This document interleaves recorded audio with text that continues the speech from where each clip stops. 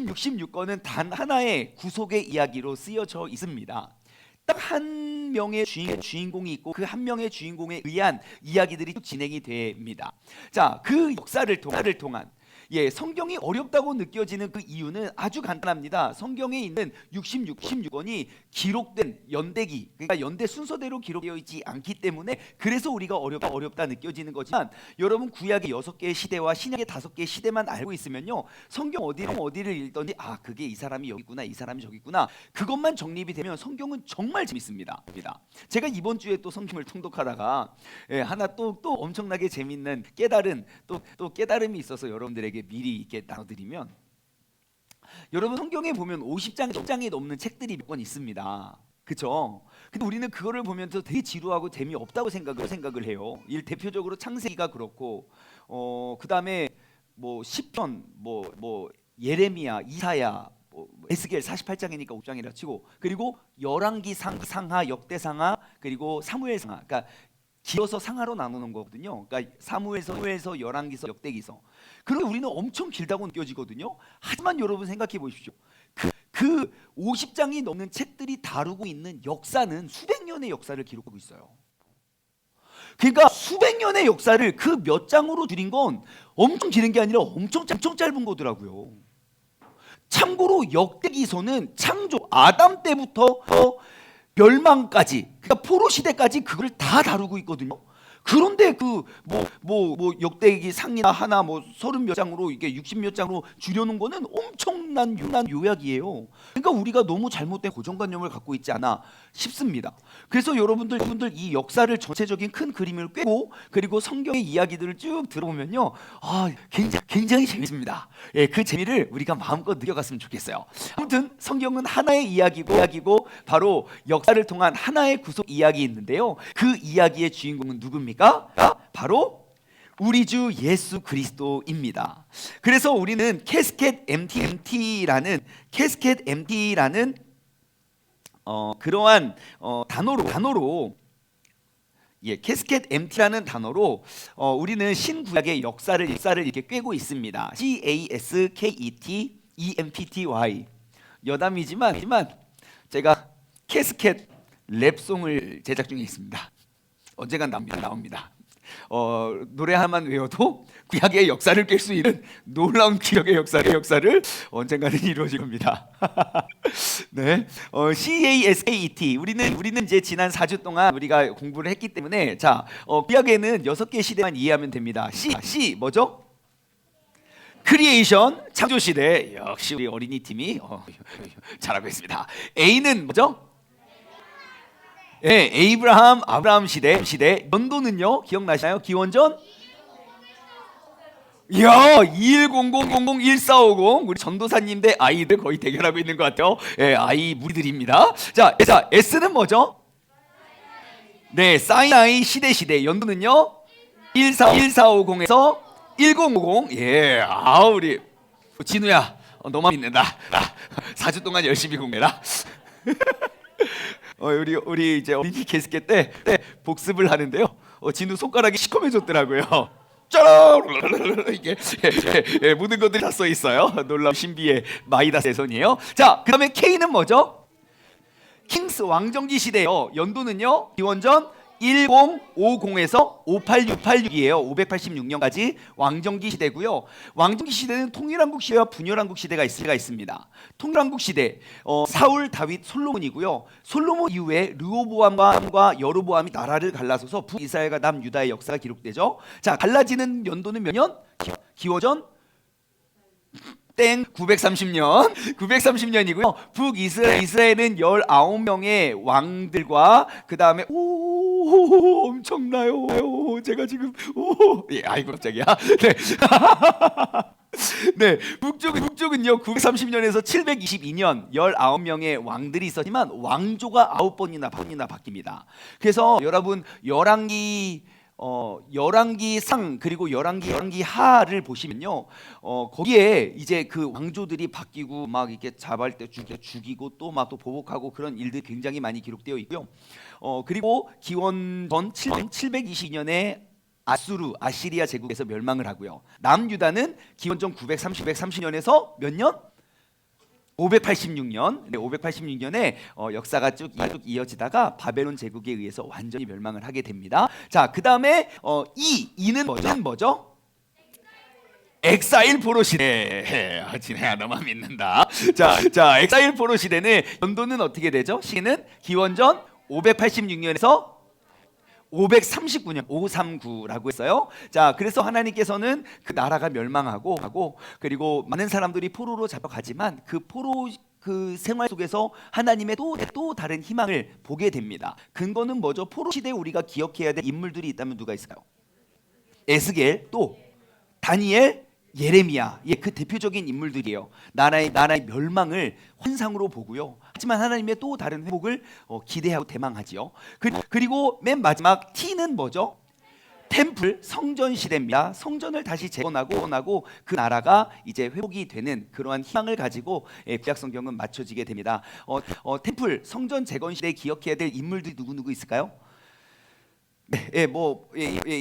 그 성전에서 성경을 가리켰던 사람이 누구죠? 에스라예요. 에스겔은 하나님의 환상이 떠나간 걸 봐요. 자, 그다음에 성벽을 재건했던 술 맡은 관원장이 누구였죠? 느헤미야. 그런 사람들이 거기 있었고, 뭐 학개스가랴 말라기 뭐 이런 사람 있고, 그리고 아수에로 왕, 그 바사 제국의 아수에로의 왕의 와이프는 누구였죠? 에스더.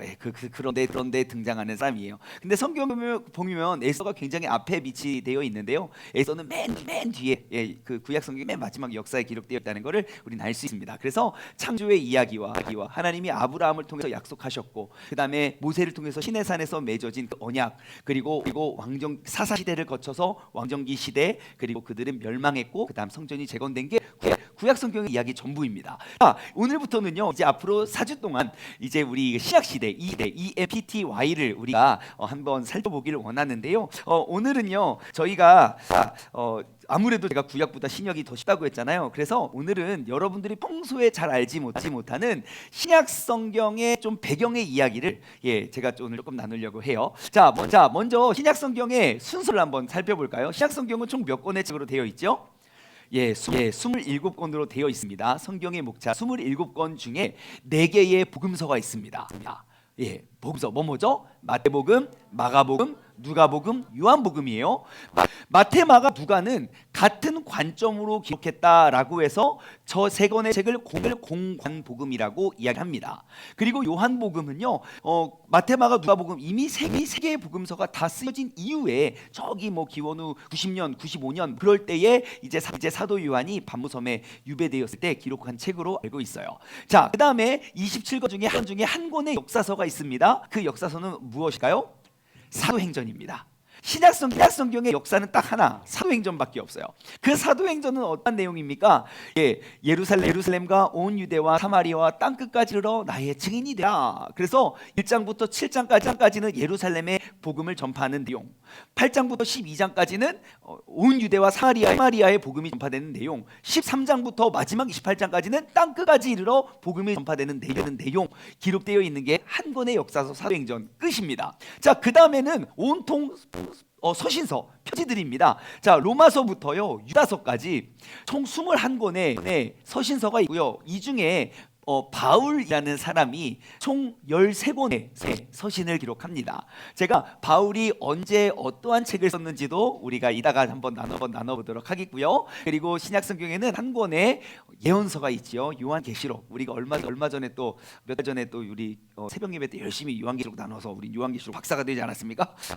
어떠한 이단의 공격에서도 우리가 다 이겨낼 수 있는 요한계시록. 이따가 한번 나눠볼게요. 자, 한번 복습해 볼게요. 자, one more time. 자, 신약 성경은 총 몇 권으로 기록되어 있나요? 27권으로 구성되어 있습니다. 자, 그 중에 복음서는요 4개의 복음서. 자, 복음서를 영어로 뭐라고 하나요? 가스펠. 네, 헬라어로는 뭐라고 하죠? 에반겔리온. 에반겔리온이라고 해요. 자, 그다음에 한 권의 역사서는요 사도행전, 딩동댕. 그다음에 서신서는 총 몇 권일까요? 21의 서신서가 있고요. 그 중에 바울 서신이 13개이고요. 그 다음에 한 권의 예언서가 있습니다. 예언서는 바로 요한계시록이 되겠습니다.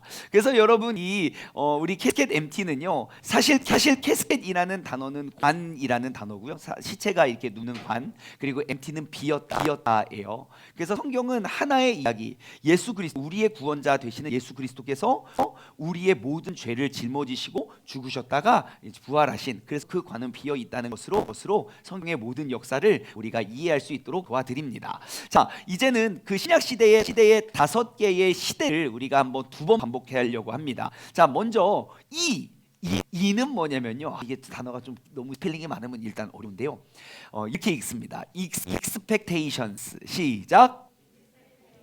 대망의 시대입니다. 우리 어린 아이들이 점점 눈에 동공이 흔들리고 있어요. 단어가 너무 길어. 단어가 너무 길어. 자, expectations, 대망의 시대. 시작. 네, expectation의 뜻은 뭘까요? 대망이에요. 기대하다, 대망하다. 뭐 이런 거, expectation입니다. 자, EMPTY, expectation, 대망의 시대고요. 두 번째 M은 뭐냐면요, 바로 메사야, 메시아 시대입니다. 자, 영어로는요, 저거를 이렇게 발음해요. 메사야, 메시아 시대. M. 네, 메시아 시대가 내가 하는 게 좀 편하겠네요. 자, 다시 한번 M.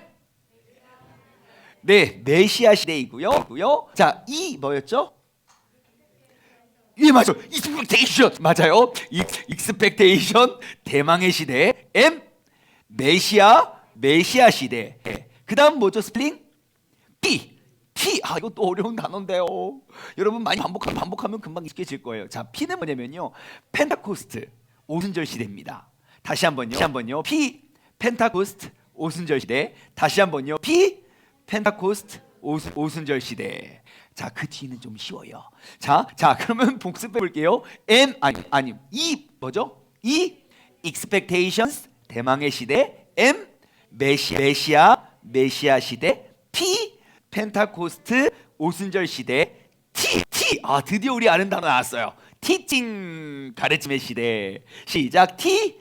티칭, 가르침 시대. 한 번 더요. 티칭, 가르침 시대. 마지막으로 예언서를 말하는 Y는요, yet to come입니다. 아직 임하지 않은 시대. 자, Y는 뭐죠? yet to come, 아직 임하지 않은 시대. 그럼 우리 다 같이 한번 복습해 볼까요? 자, 신약의 5개의 시대입니다. 첫 번째 뭐죠? expectations, 대망의 시대. M, 메사야, 메시아 시대. P, 펜타코스트, 오순절 시대. T, 티칭, 가르침의 시대. Y, yet to come, 아직 임하지 않은 시대입니다. 자, 우리가 한 번 더 반복을 할 건데요, 제가 이번에는 조금 더 그 연도와 그 설명을 간략하게, 오늘은 설명을 간략하게만 할 거예요. 자, 첫 번째 expectations, 대망의 시대입니다. 대망의 시대의 기간은요, 기원전 430년부터 기원전 6년까지입니다. 대망의 시대는 기간이 어떻다고요? 기원전 430년에서 기원전 6년까지예요. 자, 이 대망의 시대는 무엇이냐면요, 사실 성경 속에서는 이 기원전 430년, 즉 말라기가 외쳤던 그 말라기 선지자의 예언이 기원전 430년에서 구약 성경은 그쳐져요. 그리고 신약 성경은 기원 후의 이야기이기 때문에 저것을 성경 안에는 기록이 되어 있지 않아요. 하지만 하나님께서는 반드시 다니엘을 통하여 보여주셨던 그 환상을 그 430년 동안 예수 그리스도께서 이 땅에 오실 것들을 준비하고 계십니다. 그래서 우리는 성경에는 기록되어 있지 않아서 하나님은 침묵하셨다, 하나님은 멈추셨다, 일을 사역을 중단하셨다라고 보고 있지만 절대 그렇지 않습니다.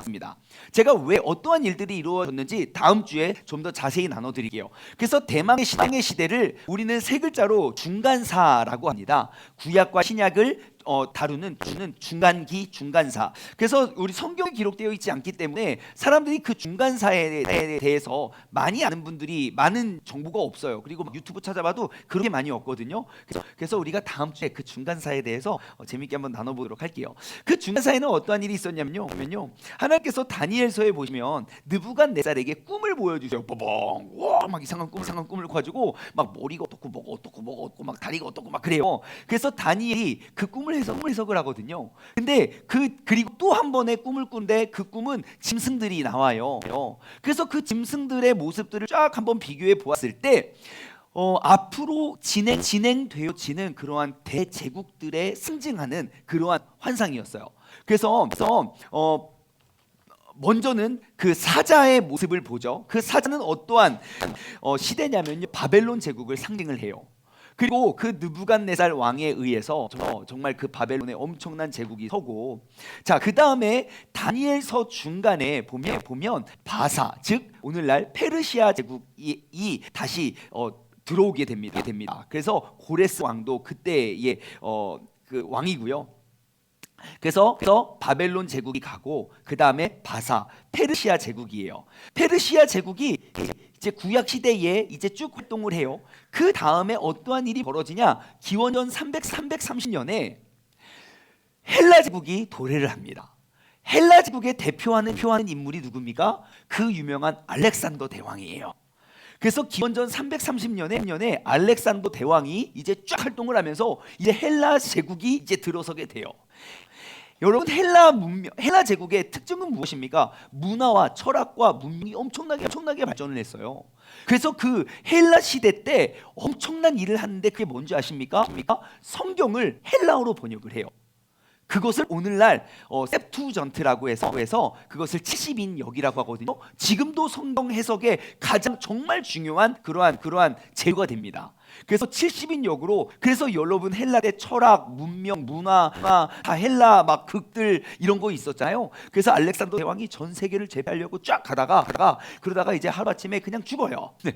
그 다음에 이제 로마 제국이 이제 폼페이오라는 황제에 의해서 로마 제국이 이제 들어서게 되고, 그 다음에 이제 시저라는 그 왕에 의해서 이제 로마가 딱 이제 되고, 그 이제 다음에 제가 이따가 로마 신약 성경에 나오는 로마 제국의 황제의 이름들을 한번 쭉 설명해 드릴게요. 그래서 이제 로마 시대가 오고, 그러면 이제 구약을 연구했던 학자들은 알아요. 무엇이냐? 지금 바벨론 제국, 바사, 페르시아 제국, 헬라 제국, 로마 제국이 설 때마다 유대인들은 극심한 박해를 받았거든요. 너무너무 힘들어 죽겠는 거예요. 힘들어 하고 있다가 4개의 제국이 무너지고 다니엘서에 보시면 5번째 별 하나가 뜨거든요. 예, 이제 네 번째 제국이 이제 무너지면 그 다음에 약속하셨던 그 진짜 왕이 이 땅에 올 것 같은데 라고 기대하는 게 대망의 시대예요. 역사는요, 기원전 430년에서 기원전 6년이라고 했는데요, 기원전 6년이라는 시간은 사실 예수님의 출생 연도가 정확하진 않아요. 하지만 기원전 6년쯤 됐다고 봅니다. 자, 두 번째는요, 메시아 시대인데요, 메시아 시대는 기원전 6년부터 기원 후 33년입니다. 제가 지난번 우리가 캐스켓 공부할 때 예수님의 나이에 대해서 우리 모두가 오해하고 있다고 말씀을 드렸어요. 여러분, 예수님이 몇 살에 돌아가셨습니까? 33살에 돌아가셨다고 알고 계시죠? 땡, 틀렸어요. 제가 근거를 대드릴게요. 예수님이 돌아가신 연도는 33년이 맞습니다. 33년 4월 달에 돌아가신 거 맞아요. 하지만 예수님이 태어난 연도에는 명확하지 않아요. 왜냐? 헤롯 대왕이 살아있을 때 박사들이 동방에서 왔단 말입니다. 그래서 이제 구약을 연구했던 학자들은 기대하고 있어요. 이제 로마 제국에서 너무너무 박해를 받고 힘들고 막 죽고 막 그럴 때 빨리 얘네들 언제 무너지나? 이제 얘네가 무너지면 진짜 그 왕이 이 땅에 올 건데라는 아마 소문이 돌고 있지 않았을까요? 그런 기대감을 가지고 있어요. 그런데 동방에서 별을 연구했던 이런 바보들이 지금 헤롯 대왕이 거기에 왕궁에 있는데 가가지고 이 나라에 왕이 났다면서요? 그러니 2살 밑에 아이들이 다 안 죽겠습니까? 지금 내가 어떻게 대왕이 됐는데 내가 어떻게 이 나라를 다스리고 있는데, 그래가지고 2살 밑에 아이를 다 죽여요. 근데 헤롯 대왕이 죽은 연도가 기원전 4년이에요. 그리고 2살 밑에 아이를 다 죽였기 때문에 그래도 적어도 예수님께서는 한 기원전 6년쯤 태어나시지 않았을까. 그러니까 예수님의 돌아가신 나이는 한 30대 후반 정도가 되지 않았을까 생각해 봐요. 하지만 정확한 기록은 없기 때문에 천국 가서 우리 주님께 꼭 한번 몇 년도에 태어나셨냐고 물어봤으면 좋겠습니다. 자, 아무튼 메시아 시대는요, 우리 마태, 마가, 누가, 요한 그 네 개의 복음서를 우리가 다룰 겁니다. 그래서 예수님께서 이 땅에 오셨고, 예수님이 오시기 전에 세례 요한, 우리 침례교에서는 침례 요한이라고 말하죠. 침례 요한이 요한에 의해서 예수님의 오심을 예비하고 준비하고, 그리고 예수님께서 뿅 오셔서 예수님께서는 이미 우리 그 유대인들이 가지고 있었던 그런 성경 지식이 왜 잘못됐고 무엇이 잘못됐는지를 쭉 한번 설명해 주십니다. 그래서 산상수훈의 말씀과 가르침도 주시고, 그리고 많은 표적과 능력. 여러분, 예수님께서 행하셨던 3대 사역이 뭐죠? 가르치고 전파하고 고치셨어요. 가르치고 전파하고 고치셨어요. 영어로는요, teaching, preaching, healing이에요.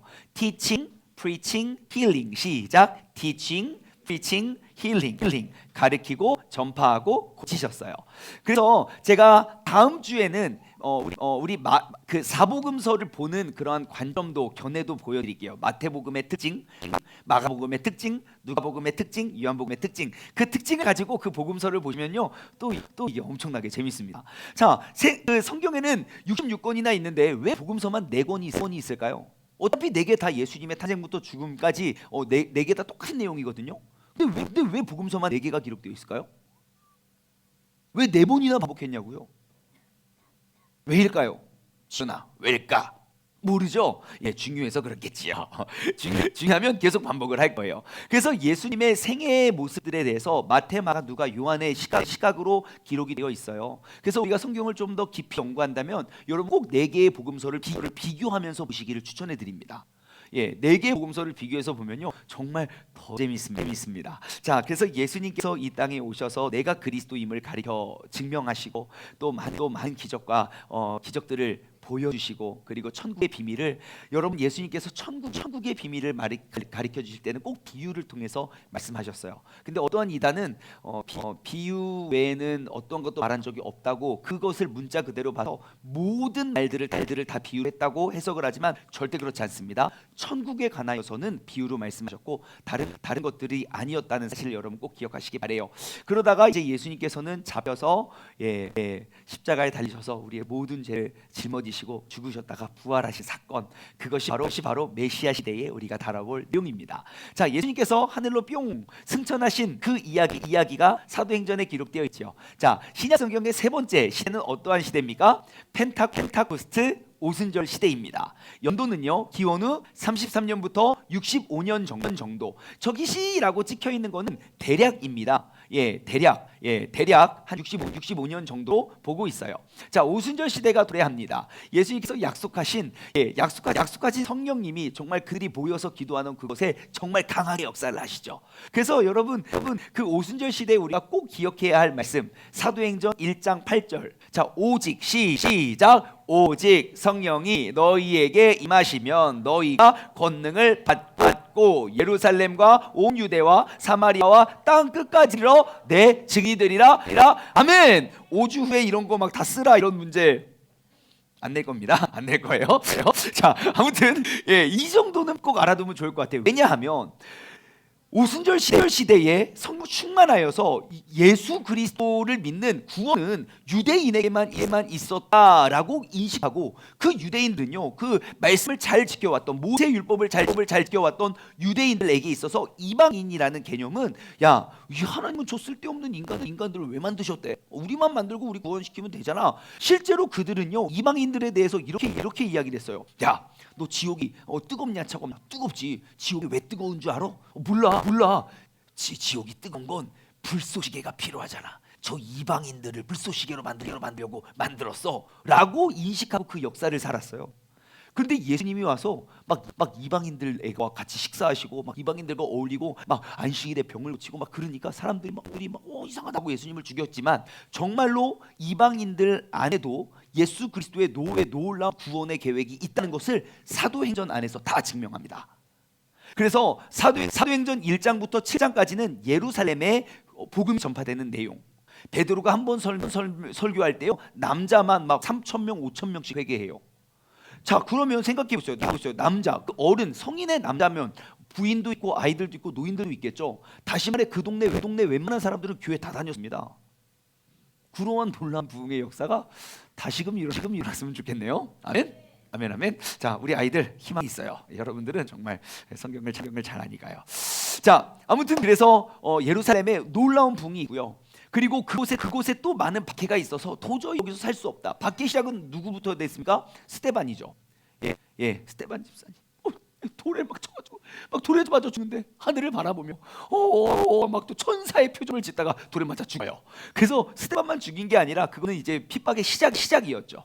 그래서 스데반을 비롯해서 모든 그리스도인들을 잡아 죽이려고 했을 때 더 이상 살 수 없어서 흩어져서 그곳에 가서 복음을 전하게 된 것이 이제 사도행전 8장부터 12장 예루살렘과 온 유대와 사마리아 지역, 온 유대와 사마리아 지역에 복음이 전파되고, 그 다음에 13장부터 28장까지 이제 땅 끝까지 이르러 정말 해외 선교를 쫙 갑니다. 누가 갑니까? 바울과 바나바가 먼저 가지요. 1차 선교행 바울과 바나바 한 바퀴 쭉 돌고 돌아와서 2차 선교행 누구랑 갑니까?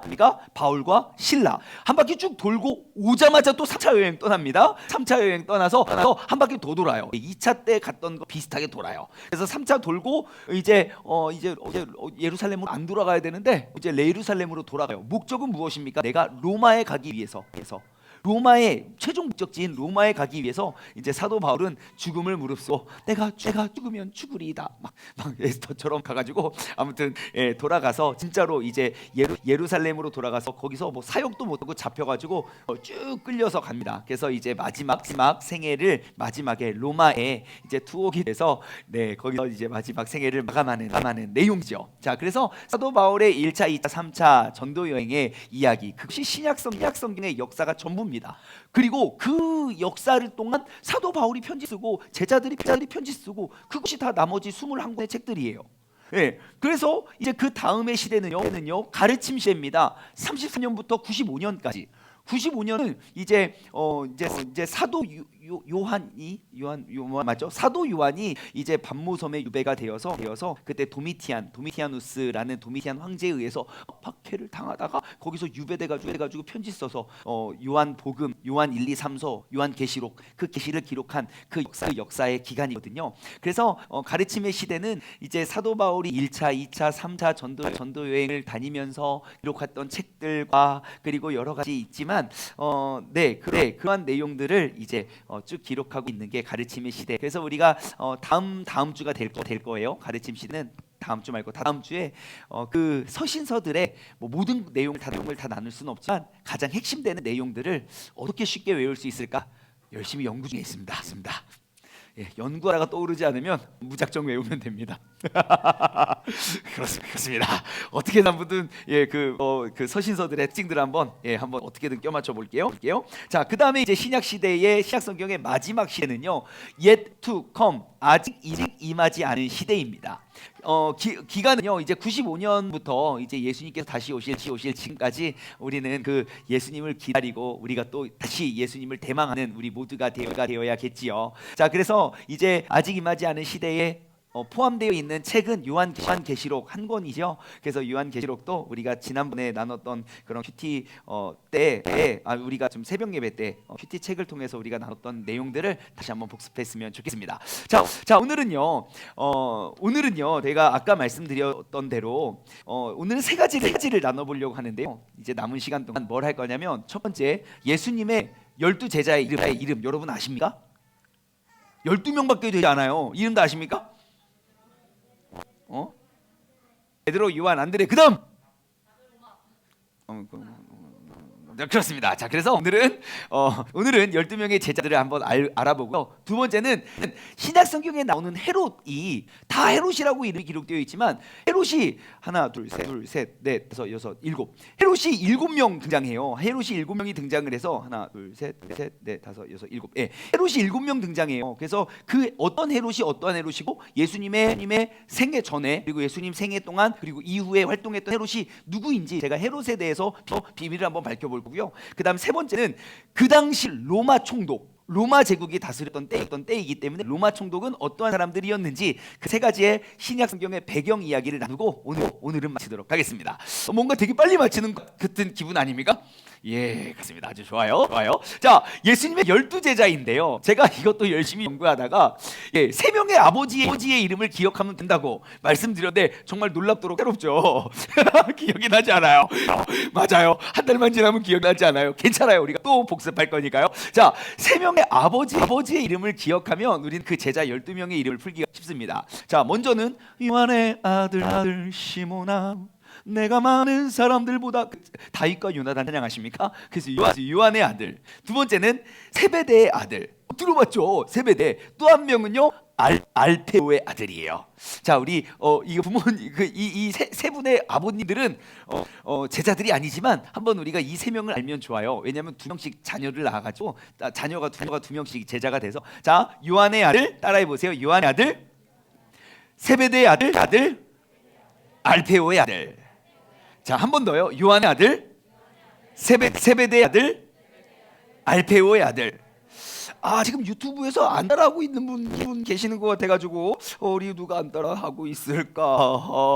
네, 아무튼 네, 다시 한번. 자, 요한의 아들, 세베대의 아들, 알페오의 아들입니다. 자, 요한의 아들은 누구죠? 시몬이죠. 근데 예수님의 제자 중에 시몬이 두 명입니다. 그래서 시몬.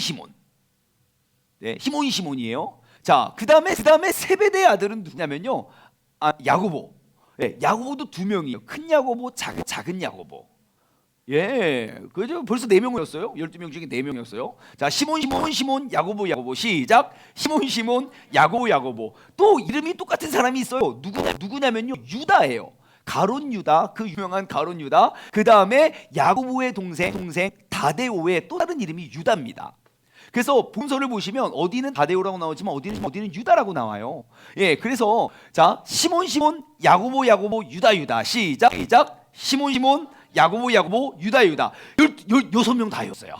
벌써 엄청나죠? 12명 중에 6명이었어요. 자, 그다음에 쉬운 건 누구냐면 여러분, 베드로의 야고보의 동생.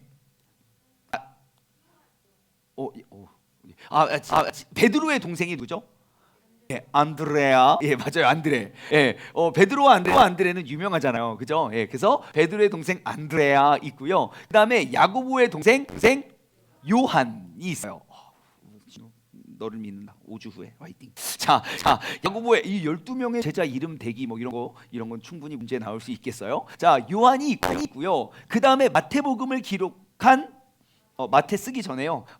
제가 이렇게 외웠네요. 참, 시몬, 야고보, 유다 쓴 다음에 그다음에 안드레아하고 요한을 썼어요. 그다음에 저기 작은 야고보 옆에 다데오가 디귿이잖아요.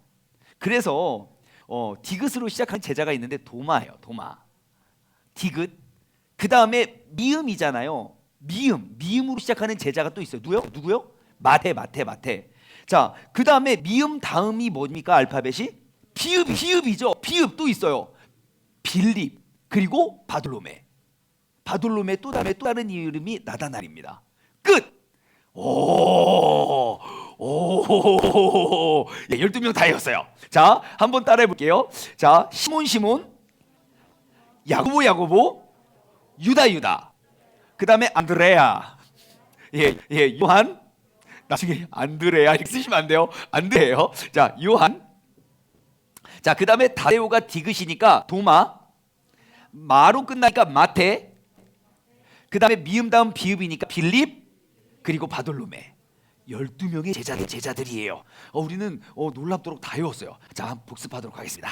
자, 예수님의 12제자 어렵지 않습니다. 3명의 아버지만 이름은 기억하면 돼요. 누구요? 요한의 아들 시몬아. 네, 요한의 아들. 그 다음에 세베대의 아들. 그 다음 알페오의 아들이에요. 자, 그 다음에 요한의 아들 시몬부터 한번 할게요. 자, 시몬. 그 다음에 야고보. 예, 그 다음에 유다. 예. 참고로 저 위에 시몬과 가룟 유다는 형제 아닙니다. 그냥 옆에다가 그냥 쓴 거예요. 2명씩 정리하려고. 하지만 요한의 아들, 세베대의 아들, 알페오의 아들은 형제입니다. 자, 그렇게 하고 시몬의 동생 베드로의 동생 안드레아, 그리고 야고보의 동생 요한, 요한. 그 다음에 이제 다데오 디귿이니까 도마가 있고요. 마테가 있고요. 미음 다음 비읍이니까 빌립이 있고요. 그 다음에 바돌로메가 있습니다. 끝. 자, 다음 주에 복습할게요. 잊어버리셔도 괜찮아요. 다음 주에 또 요한의 아들 시몬아 똑같이 할 거예요. 자, 그다음 두 번째는요. 신약 성경에 등장하는 헤롯에 대해서 한번 파헤쳐 봅시다. 신약 성경에는요, 총 7명의 헤롯이라는 이름을 가지고 등장하는데요. 자, 먼저는 헤롯 대왕입니다. 여러분, 헤롯 대왕이 활동했던 시기가 기원전 37년에서 기원전 4년이에요. 그래서 아까 제가 말씀드렸죠. 예수님의 출생 연도를 기원전 6년 정도 보는 이유는 헤롯 대왕이 죽기 전에 유대 왕이 났다고 2살 밑으로 다 죽여 그래요. 그래서 2살 밑에, 그러니까 예수님이 태어난 지 한 2년 지나쯤 되지 않았을까 싶어요. 그러니까 2살 밑에 아이들이 다 죽어서 예수님이 기원전 6년 정도 되지 않았을까. 이거는 세계 역사가 기록하고 있기 때문에 헤롯 대왕은 기원전 37년에서 4년까지 있고요. 헤롯 대왕이 엄청나게 대단한 사람이에요. 그러니까 혈통과 이런 것들을 다 속이고 막 자기의 권력과 세력을 얻기 위해서 정말 오만방자했던 사람이죠. 예, 그리고 로마 제국에 막 충성을 다하고 어떻게든 자기가 버텨보려고. 그 날을 자기가 죽었을 때 그냥 나는 죽었다 하고 딱 죽었겠습니까? 아니면 자기 자녀들에게 내가 정복한 이스라엘 그 대제국을 누군가에게 물려줬겠습니까? 물려줬겠죠. 그래가지고 헤롯 대왕의 세 아들이 있습니다. 세 아들, 헤롯 아켈라오, 시작. 헤롯 아켈라오. 그 다음에 헤롯 안디바, 시작. 헤롯 안디바, 헤롯 안티파스라고도 해요. 그 다음에 헤롯 빌립. 헤롯의 3명의 아들들입니다. 자, 헤롯 아켈라오, 헤롯 안디바, 헤롯 빌립인데요. 저 밑에 기록되어 있는 연도는 그들이 살아있던 연도가 아니라 그들이 그 유대 제국을 다스렸던 연도를 적어놨어요. 헤롯 대왕이 그 예루살렘, 그러니까 그 12지파가 있는 그 전체 지역을 다 다스렸었는데, 이제 헤롯이 죽으면서 이제 로마 황제에게 부탁을 해요. 내 아들들에게 이 땅을 나눠주세요라고 해서 첫째 아들 헤롯 아켈라오에게 유대 사마리아 이두메 지역, 유대와 사마리아 지역, 되게 넓은 지역이거든요. 그 지역을 담당하게 하고요. 언제부터? 아버지가 죽은 기원전 4년부터 기원 후 6년 잘려요. 정치를 못해가지고 짧게 하다 잘려요. 아무튼 아무리 줘도 능력이 없으면 잘려요. 자, 그 다음에 헤롯 안티파스. 헤롯 안티파가요, 어디 지역이냐면 갈릴리하고 베레와의 지역의 분봉왕입니다. 분봉왕은 뭐라고 하냐면 그러니까 그 지역을 담당하는 왕이에요. 작은 지역의 왕. 그래서 갈릴리하고 베레아 지역. 근데 헤롯 안디바가 어디에 나오냐면요, 지금 예수님께서 마가복음 1, 2, 3, 4, 5, 6장 이럴 때서 갈릴리 지역에서 사역하시죠. 그래서 마가복음 거기에 나오는 헤롯이 다 헤롯 안티파스예요. 그 헤롯 안디바고요. 그다음에 헤롯 빌립은 어디를 맡았냐면 저 북쪽 지역이에요. 북영토 분봉왕. 그래서 헤롯 대왕은 그 모든 나라 그 12지파가 있던 거기를 다 다스렸고요. 헤롯이 기원전 4년에 죽으면서 헤롯 아킬라오에게 유대와 사마리아 지역을 맡기고, 그리고 헤롯 안티파스에게 갈릴리하고 그 베레아 그 약간 북쪽 그 갈릴리 바다 지역, 그다음에 헤롯 빌립에게는 그 윗지역이에요. 자, 그래서 이제 7명 중에 4명의 헤롯을 우리가 살펴봤어요. 그다음에 또 헤롯이란 이름이 있는데 누구냐면요, 헤로디아예요. 오늘 큐티 본문 말씀의 주인공이지요. 이 여자는요 아무튼 족보가 어려운데요, 이게 헤롯 대왕의 손녀거든요. 그런데 누구랑 결혼하냐면요, 헤롯 빌립이랑 결혼해요. 헤롯 빌립이랑 이상하잖아요. 근데 헤롯 빌립이랑 이혼하고요, 헤롯 아켈라오랑 다시 결혼해요. 아무튼 그래요. 제가 미국에서 사역할 때 지금은 아무튼 결혼해서 잘 삽니다. 어떤 형제가 있었는데, 저도 그냥 들은 이야기예요. 그 형제 레전드급 이야기인데, 쌍둥이 자매의 한 자매와 교제를 했어요. 그리고 그 자매랑 헤어지고 다른 쌍둥이랑 교제를 했어요. 그런 거예요? 그런 거. 아무튼 너 진짜 대단하다. 이상형이 확실하다. 우리가 막 그때 그랬는데 아무튼 그런 거예요. 그래서 헤로디아는요, 왜 그러면 빌립을 차고 아켈라오에게 갔을까? 우리는 알 수 있잖아요. 왜요? 지금 붙어있는 담당하는, 예를 들어 강남 노른자 땅이 바로 아켈라오가 가지고 있거든요. 유대와 사마리아 지역. 예루살렘과 뭐 베들레헴과 그런 쪽이 다 유대 지역이거든요. 그러니까 내가 헤롯 빌립이랑 결혼을 했는데 이거 뭐 북독 너무 지방 이 지방 상권이 이제 살아나려면 너무 오래 걸려. 그래서 그를 차버리고 아켈라오에게 결혼을 하죠. 그래서 거기다 대고 쓴소리를 했던 사람이 누구다? 예, 세례 요한이다. 결국 목이 잘렸다. 예, 그게 오늘 새벽 예배 본문이었어요. 그래서 이제 5명의 헤롯이 나왔고요. 그 다음에 또 누가 나오냐면 헤롯의 손자 헤롯 아그리파 1세이고요. 헤롯 아그리파 1세 그리고 그 밑에 이제 헤롯 아그리파 2세가 나오는데요. 헤롯 아그리파 1세는 기원 후 44년에 죽고 헤롯 아그리파 2세는 기원 후 100년에 죽습니다. 그래서 이렇게 보면 우리가 이러한 사람들이 이렇게 헤롯이 있구나라는 거 알 수 있지만 제가 조금 보기 좋게 이렇게 정리해봤어요. 예수님의 출생 이전 헤롯 대왕은 예수님 출생 이전에 죽습니다. 예.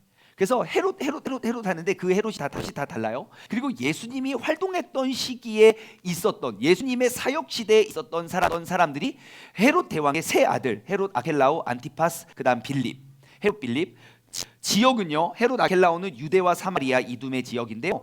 기원 후 6년에 잘려요. 보세요. 안디바하고 빌립은 39년 34년까지 이어가요. 그리고 그 밑에 헤롯 아그리파 1세가 유대와 사마리아 지역을 다 통치를 하거든요. 그러면 저 유대 땅은 어떻게 합니까? 그래서 그 아켈라오가 무능력해서 잘려가지고요. 어떻게 하냐면 로마의 황제가 로마 제국이 직접 공무원을 보내요. 그래서 본디오 빌라도가 로마가 유대 지역을 담당하는 로마 제국의 고위층 간부의 5번째 왕이에요. 그래서 파견을 보내는 거예요. 야, 니들 보냈더니 니들 제대로 못해먹네. 그래가지고 파견을 보내서 오직 그 유대와 사마리아 지역은 로마 제국이 직접 다스려서 거기에 보내는 그런 사람들이 있는데 본디오 빌라도가 5번째거든요. 그래서 그 앞에 4명은 뭐 특별한 기록이 없어서 제가 이제 그거는 표로 따로 정리하지 않았고요. 5번째가 본디오 빌라도다라고 정도만 알았으면 좋겠어요. 자, 그 다음에 예수님께서 돌아가신 다음에 예수님이 승천하신 다음에 그 다음에 이제 33년 이후에 활동했던 헤롯의 이름은 헤롯 아그리파 1세와 헤롯 아그리파 2세예요. 예, 그 사람들은 누구냐면요. 이제 그러니까 펜타코스트와 티칭 시대에 활동했던 사람들이에요. 그래서 예수님의 동생 야고보가 죽거든요. 순교를 할 때 가장 먼저 순교할 때 이제 그를 죽인 사람이고요. 그리고 헤롯 아그리파 2세는 사도 바울이 로마에 가서 이제 이렇게 이야기를 나눠요. 그러니까 로마하고 예루살렘 왔다 갔다 할 때 이제 대화를 나누고 이제 은근슬쩍 몰래 이제 성경도 가르쳐주고 밤에 가서 이야기 듣고 지금 사도행전 26장의 내용인데요. 예, 그래서 바울의 말에 순종했던 사람이 헤롯 아그리파 2세라는 것 알겠죠? 그래서 우리가 신약 성경에 등장하는 헤롯에서 다 똑같은 사람이 아니라 예수님 출생 이전에 헤롯 대왕이 있었고 그리고 예수님이 헤롯 대왕이 죽었다는 이야기를 듣고 그 다음에 이제 돌아가서 갈릴리 지역으로 가시죠. 그래서 활동했던 게 헤롯 세 아들 아켈라오, 헤롯 안디바, 헤롯 빌립.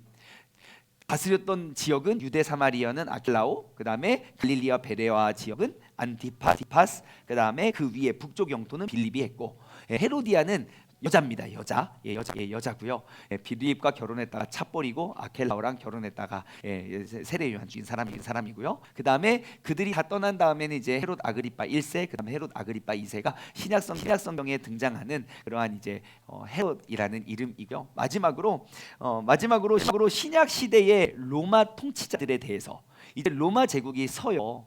그래서 그 로마 제국을 다스렸던 이름을 우리가 좀 익히고 성경을 보면 재미있을 것 같아요. 제가 연도하고 이름을 쭉 기록을 해놨는데요.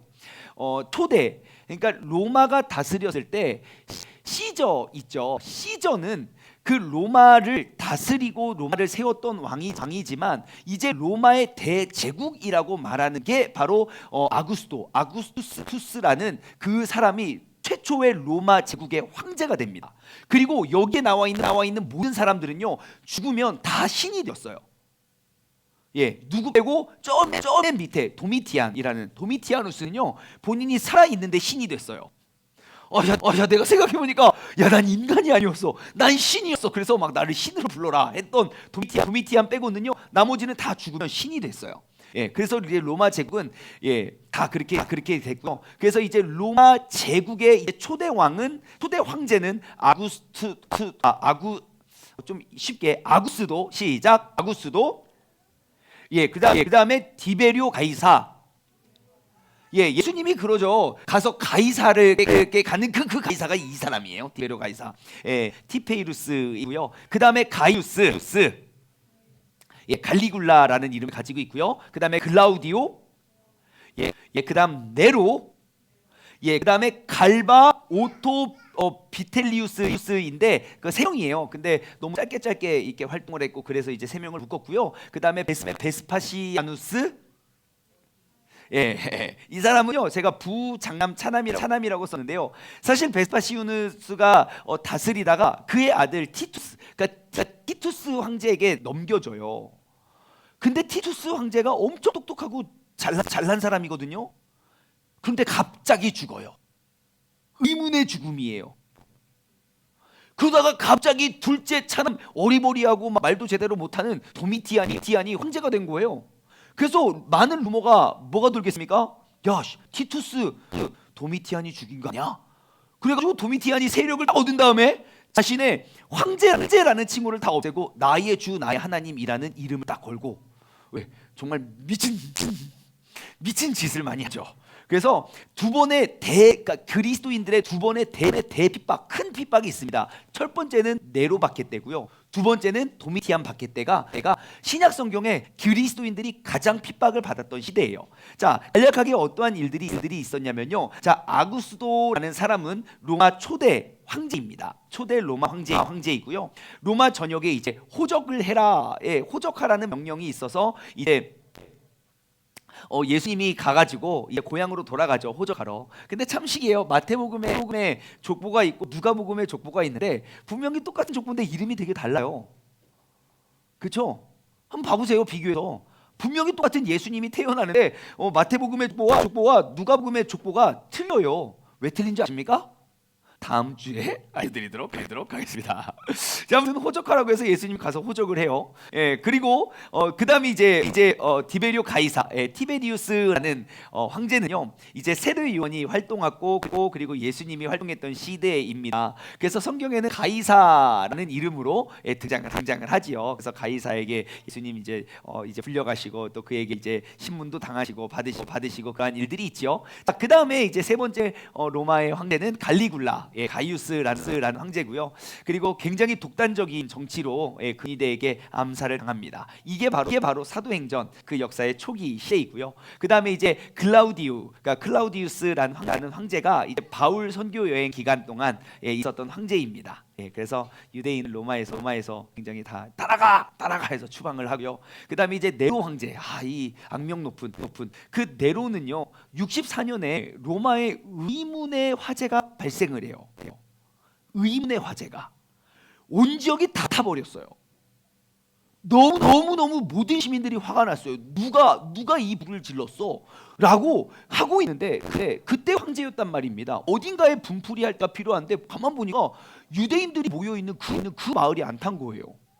야, 니네가 질렀지 해가지고 그 모든 몰매를 그리스도인들이 다 받습니다. 엄청난 박해가 시작이 되죠. 그래서 1차 대박해가 진행이 되고요. 그 다음에 갈바 오토 비텔리우스는 무능력과 오만으로 일찍 죽임을 당하고요. 그 다음에 베스파시아누스가 이제 70년에 예루살렘을 멸망시킵니다. 이제 또다시 예루살렘을 멸망시키고 그 다음에 이제 그의 두 아들 티투스 그리고 도미티아누스가 사실 티투스가 예루살렘 멸망했을 때 이제 로마군 지휘관이었는데 굉장히 능력도 많고 굉장히 이제 일도 잘하고 촉망받던 리더였는데 갑자기 죽었어요. 아까 말씀드렸듯이. 그 다음에 이제 도미티아누스. 제가 이 갈바부터 티투스까지 왜 연하게 칠해놨냐면 이 사람들의 기록은 뭐 크게 없어서 그렇게 큰 인물은 아니어서 그래서 이제 회색을 해놨고요. 그리고 도미티아누스는요. 이제 사도 요한이 이제 맨 마지막에 요한계시록을 기록했을 때 요한 1, 2, 3서 그다음에 요한 복음을 기록했을 때 90년부터 기독교를 박해합니다. 그때의 박해도 엄청나게 극심한 박해였어요. 2차 대박해가 있었고 어떠한 박해가 있었는지 제가 또 다음 주에 이어서 나누어 드리도록 하겠습니다. 자 오늘 마치기 전에 우리가 두 가지 복습을 했으면 좋겠어요. 자 성경은요, 신약 성경은 총 5개의 시대로 나눠볼 수 있습니다. EMPTY 5개 시대. 뭐죠? 위에 다 적혀 있네. 자, expectations 대망의 시대. 기원전 430년부터 6년까지입니다. 자, M은 뭐죠? 메시아 시대입니다. 기원전 6년부터 33년. 그다음에 P는 뭐죠? 펜타코스트 오순절 시대입니다. 기원 후 33년부터 65년. 그다음에 T는 뭐죠? 티칭 가르침의 시대 33년부터 95년. 마지막 Y는요, yet to come 아직 임하지 않은 시대에 95년부터 다시 오실 때까지고요. 마지막으로 우리 예수님의 12제자나 한번 복습하고 마치도록 하겠습니다. 자, 예수님의 12제자를 기억하기 위해선 3명의 아버지의 이름을 기억하라고 했어요. 누굽니까? 요한의 아들 시몬아. 네, 요한이고요. 그 다음에 세베대의 아들, 그 다음에 알페오의 아들 진우. 좋아요, 짱이야. 자, 그 다음에 이제 예수님의 제자 요한의 아들 시몬이요. 자, 2명의 시몬. 자, 그 다음에 큰 야고보, 작은 야고보. 그 다음에 유다. 가룟 유다가 있고, 그 다음에 야고보의 동생 유다가 있고요. 그 다음에 시몬의 동생 베드로의 동생 안드레아. 그 다음에 야고보의 동생 요한. 자, 그리고 이제 다가 빨간색이잖아요. 그래서 다로 시작한 티귿으로 시작하는 제자 도마. 이게 도마. 자, 그다음에 마로 시작하는 제자 마태. 미음 다음 비읍이에요. 비읍으로 시작하는 제자 빌립. 그리고 바돌로메. 네, 이렇게 해서 12명의 제자 다음 주에 다시 한번 복습해 드리도록 하겠습니다. 기도하고 주기도문으로 오늘 4주간의 신약 특강 첫 번째 시간을 마치도록 하겠습니다. 하나님 아버지, 감사합니다. 우리가 이렇게 4번의 시간을 우리가 정하여서 우리가 성경을 계속 죽을 때까지 우리가 성경을 계속 연구하고 살펴볼 때에 우리가 그 성경을 보다 더 재미있고 보다 더 내 삶의 실제가 될 수 있도록 성경적 지식을 허락하여 주심에 감사드립니다. 하나님, 우리가 이곳에서 함께 나누고 함께 배우는 그러한 성경적인 이야기가 나의 지식을 쌓기 위한 도구가 되는 것이 아니라 정말 우리의 생명을 녹여내고 바꿔낼 수 있는, 말씀이 삶이 되고 삶이 곧 말씀이 될 수 있는, 말씀이 실제가 될 수 있는 그런 삶의 주인공이 되게 하여 주옵소서. 오늘도 함께한 모든 사람들 주님께서 기억하여 주시고 이 혼탁하고 어지러운 세상 속에 빛과 소금의 역할을 흔들리지 않는 믿음을 주님께서 저희들로 말미암아 지키게 하여 주옵소서. 감사드리오며 이 모든 말씀 살아계신 예수 그리스도의 이름으로 기도드리옵나이다. 아멘. 주기도문으로 마치겠습니다. 하늘에 계신 우리 아버지여, 이름이 거룩히 여김을 받으시오며 나라의 임하옵시며 뜻이 하늘에서 이루어진 것 같이 땅에서도 이루어지리이다. 오늘날 우리에게 일용할 양식을 주옵시고 우리가 우리에게 죄 지은 자를 사하여 준 것 같이 우리 죄를 사하여 주옵시고 우리를 시험에 들게 하지 마옵시며 다만 악에서 구하옵소서. 나라와 권세와 영광이 아버지께 영원히 싸움나이다. 아멘. 수고하셨습니다.